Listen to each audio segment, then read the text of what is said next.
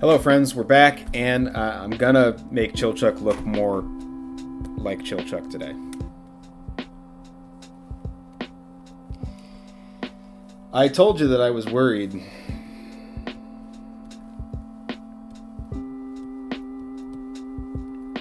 I told you that I was worried that he would bounce back and forth in how much he looked like Chilchuck, and the problem really is that the shape that I've given him doesn't look natural.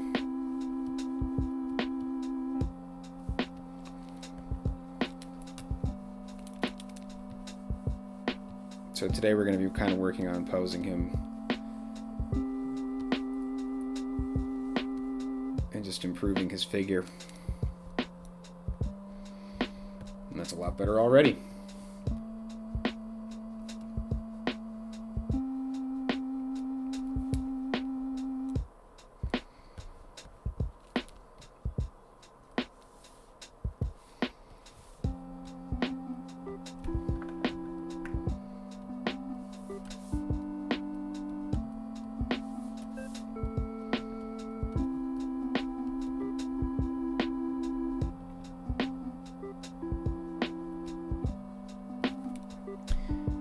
Get some nice feedback on some of the other videos about how people enjoyed watching the coloring, and thank you, first of all, and that's definitely something that we will see more of in this video series, not today's video. We're not going to get to coloring today. Everybody turns off the tape right now. Wow, screw this. Please don't. Please watch the videos. Thanks.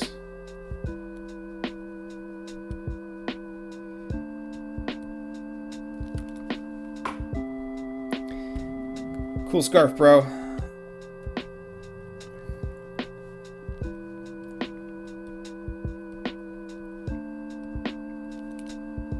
I like the way they do armor. There's a very Dungeons and Dragons-ish approach to the costume design of this. And I mean like old school. Old school, baby. The aesthetic of like 80s and 90s era D&D, I think, is very appealing. I mean, I guess that's partially because that's the art that I grew up looking at.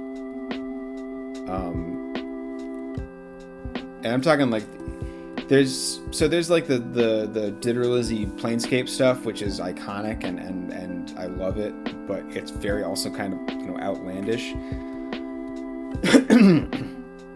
And it probably started I think it really kicked off a lot of the design trends that carried through like 3rd edition, which were good, but not as good as I like just the really classic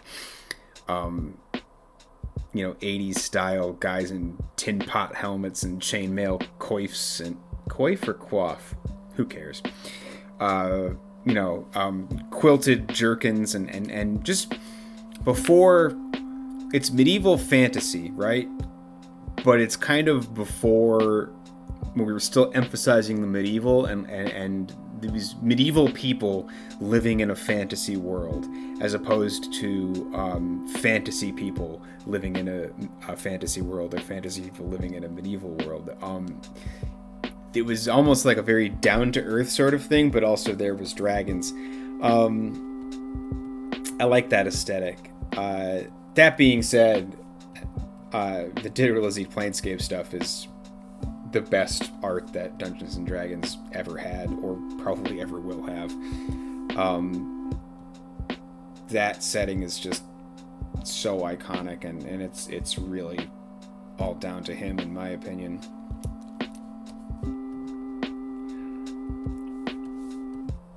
And when I say that kicked off design trends they were good, but they were not my favorite. And basically, I think it's just because he wasn't doing all the art. It was just people kind of looking at the style that he established and going for it. That being said, the 3rd edition art is still, I like it. It's really the first time So Planescape is really the first time people are going to correct me on this, and that's okay, because I'm sure I'm wrong. But I feel like Planescape was the first time that Dungeons and Dragons really had like a cohesive style approach to a setting. And prior to that, it was kind of, in the AD&D, PHB, and those textbooks, different artists of various skill levels doing the art pieces, and all of them just kind of doing their own thing within the same basic sphere. And that Planescape material was the first time that was like, here's the style, we're going to do this. It's really guided by the hand of one artist, and it carries through the whole thing. And that is really what kicked off kind of like 3rd edition, going into that, and then continuing on to the house style that Wizards has for Dungeons and Dragons today. Love it or hate it. I don't hate it. I don't love it either. I'm lukewarm on it. Some of the pieces are really good. It's that cover for, what was it? I think it's called like Dragon Heist or something. It's a module that I never played, but I really appreciate the cover of it. And I love the alternate art for the Spelljammer books. That box set, I have the alternate art version, and I think that's really, really, really, really cool. Something a little bit different, right? And I guess, those are just the covers, but even so, it's like, it's cohesive, it's cool, it's retro, it's very, it's a very cool thing to have and own and put on the shelf. I don't know, I like it when stuff is different.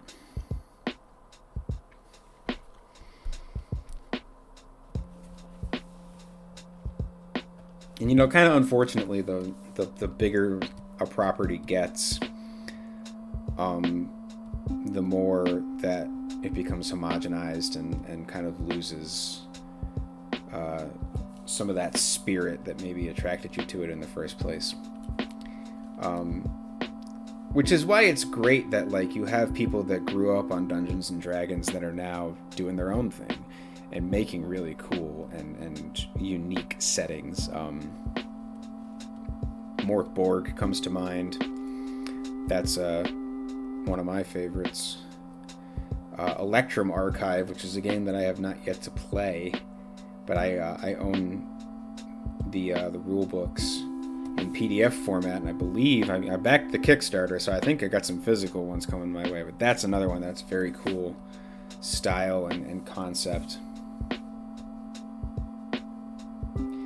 I'm drawing details on Chilchuck here that I'm not sure are going to make it to the final drawing, so we're just going to kind of block them in and wait and see. Skinny little legs.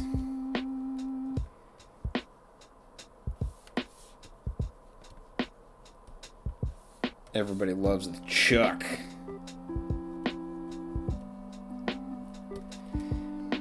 There's this thing that I love that I can't do yet. Maybe I'm gonna practice it right now. But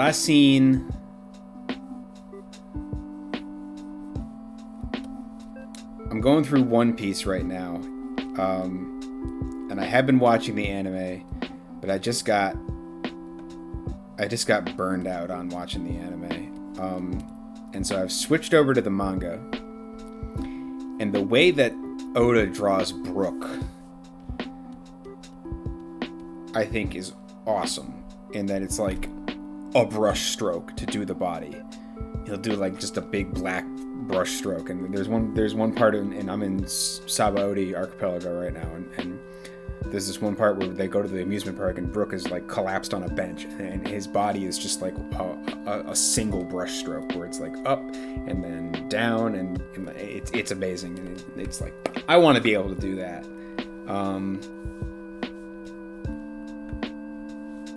This doesn't look natural. It's like I'm saying, I'm like, I want to be able to do this. I want to be able to do it right now. I want to have done it already. That's not how art works, son. You gots to practice.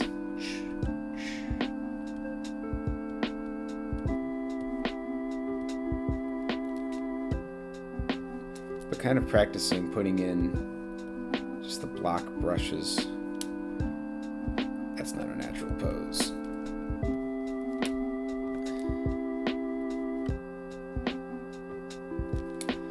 That's not a natural pose.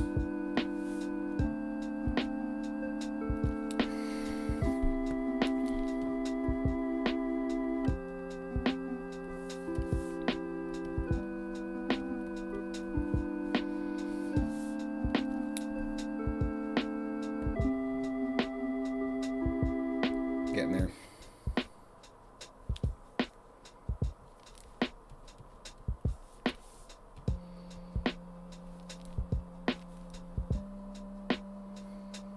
Is his head big enough, do you think? I don't think it is. Needs more head.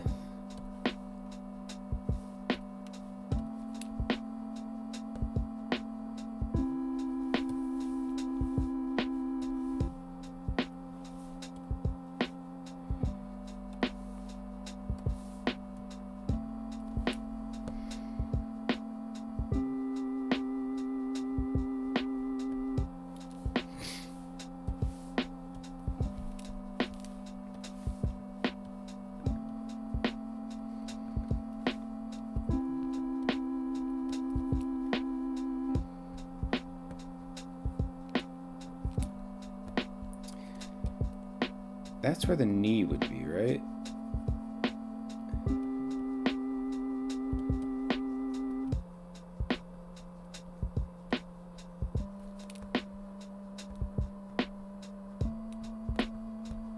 So we just got to kind of figure out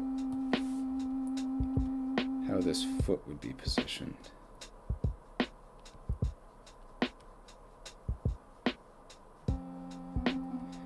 Feet are weird.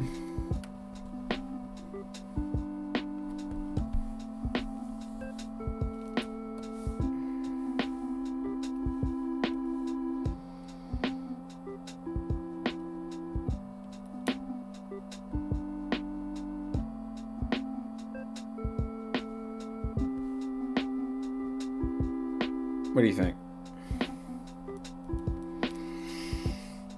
Answer me in the past so that I can use your feedback. Come on. Let's work on this time machine thing. Lend me some of your energy.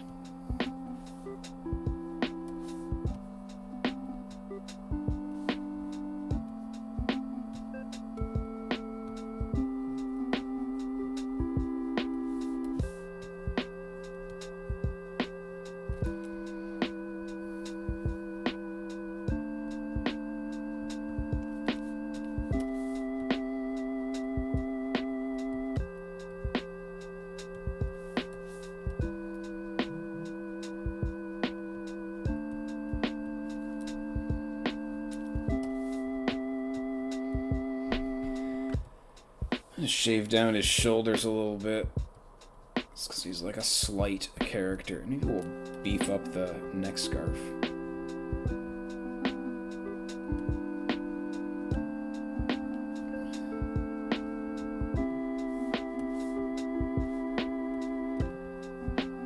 You know, it's like the last thing I want is for any of this to look flat and boring.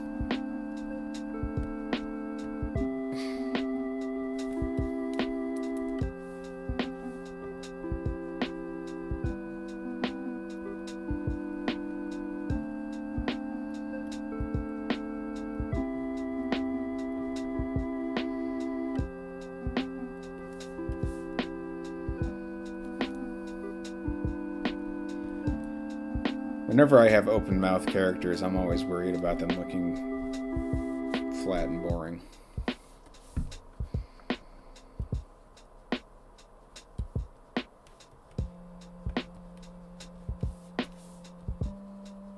It's just something about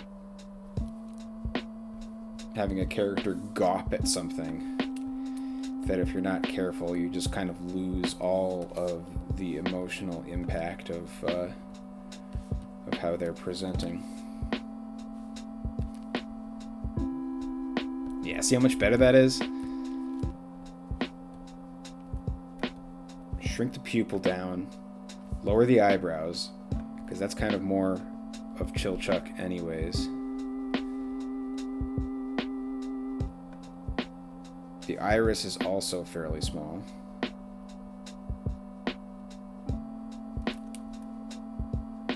So much better. So much better. Oh, look at that. I'm excited now. I'm real excited.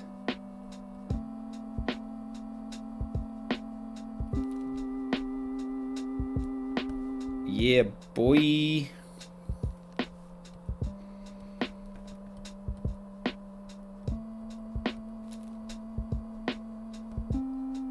That's way better. Oh yeah, that brings so much life to it. I was really. That's all it takes sometimes, I guess. Here's a question: do I want to? Nah.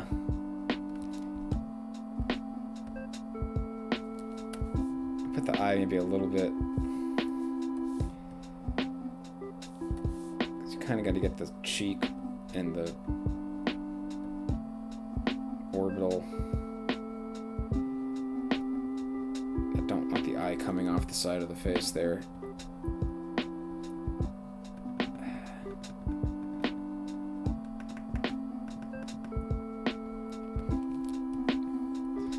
Don't want to ruin the nuance of what I have developed here. So, is he?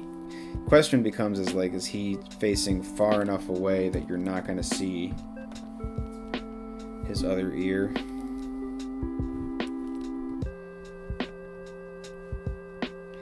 If you are going to see his other ear, yeah, I like that. I want to have both ears.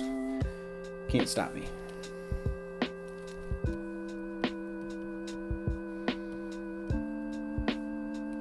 Okay, 2 episodes to get a good Chilchuck, but we got one.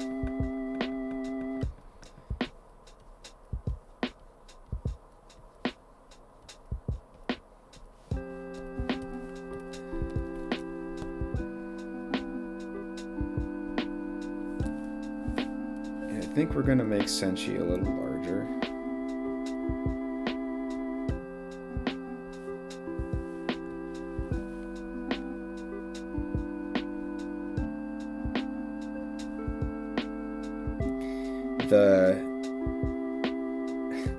I've talked about this before too, where it's like the hidden urge to want to show every piece of every character, and I'm like, okay, I'm burying Senshi's foot in Laios's head here. I've got all of Chilchuck's butt and arm hidden behind Senshi. Kill your darlings. Sometimes you have to.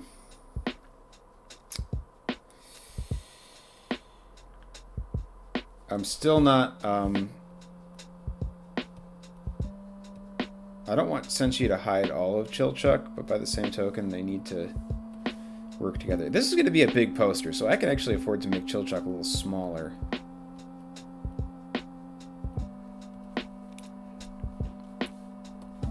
Right, because there's a lot going on here. And the characters are going to be of differing sizes because there are different places in the drawing, different points of perspective. So that we can make this all work. And we're not finalized on anything yet, so that's the other thing. All right, now we need to put Marcel in.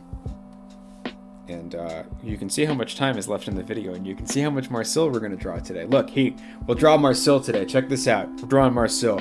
This is going to end up being a short, so check it out. This is super pro art tips. Look, here we go. This is Marcel. Make sure you've got, your pen and you draw super good on your tablet. Oh, super good. What does her hair look like? Who remembers? Braids, maybe? This is like if I was doing the Changeling episode, I'm trying to remember with no Oh, no, she's got to be upset. I don't want to eat it. No. Oh. Staff.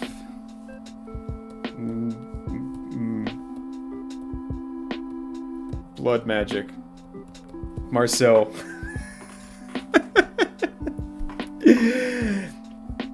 Yeah, okay, the Super Good Art Show where we do super good art. Hey, thanks for joining me today. Here's a reminder. Please, if you're not subscribed to the channel, why not do so now? You could also leave a like or a comment if you are subscribed to the channel to help me, I don't know, be better at YouTube. That'd be cool. If you are interested in contributing financially to this cause, check out my Ko-fi page. It's where we're running around all the fan art polls from now on. It's where you're going to see all of my final pieces in high resolution from now on. And you can, of course, leave me tips there. There's even going to be membership tiers soon that give you access to things like, exclusive comics subscriptions, exclusive behind-the-scenes footage, other exclusive video series like Drawing Through Dragon Ball, which is a series that if you haven't seen the first episode of it already, you will be seeing it very soon. It's where I read through the Dragon Ball manga for the first time, and I'm working on some manner of illustration to go with every chapter that I read. That's a fun series. Of course, if you are not able to contribute financially, that's totally fine. I would just say that, the best thing you could do to help out the channel would be to tell a friend, share a video, or of course, subscribe to the channel. And thank you so much for joining me today, and we will see you next time to draw Marcel for real. This is not, don't worry, this isn't going to be in the final drawing. Don't worry, it's going to be better. All right, see you later.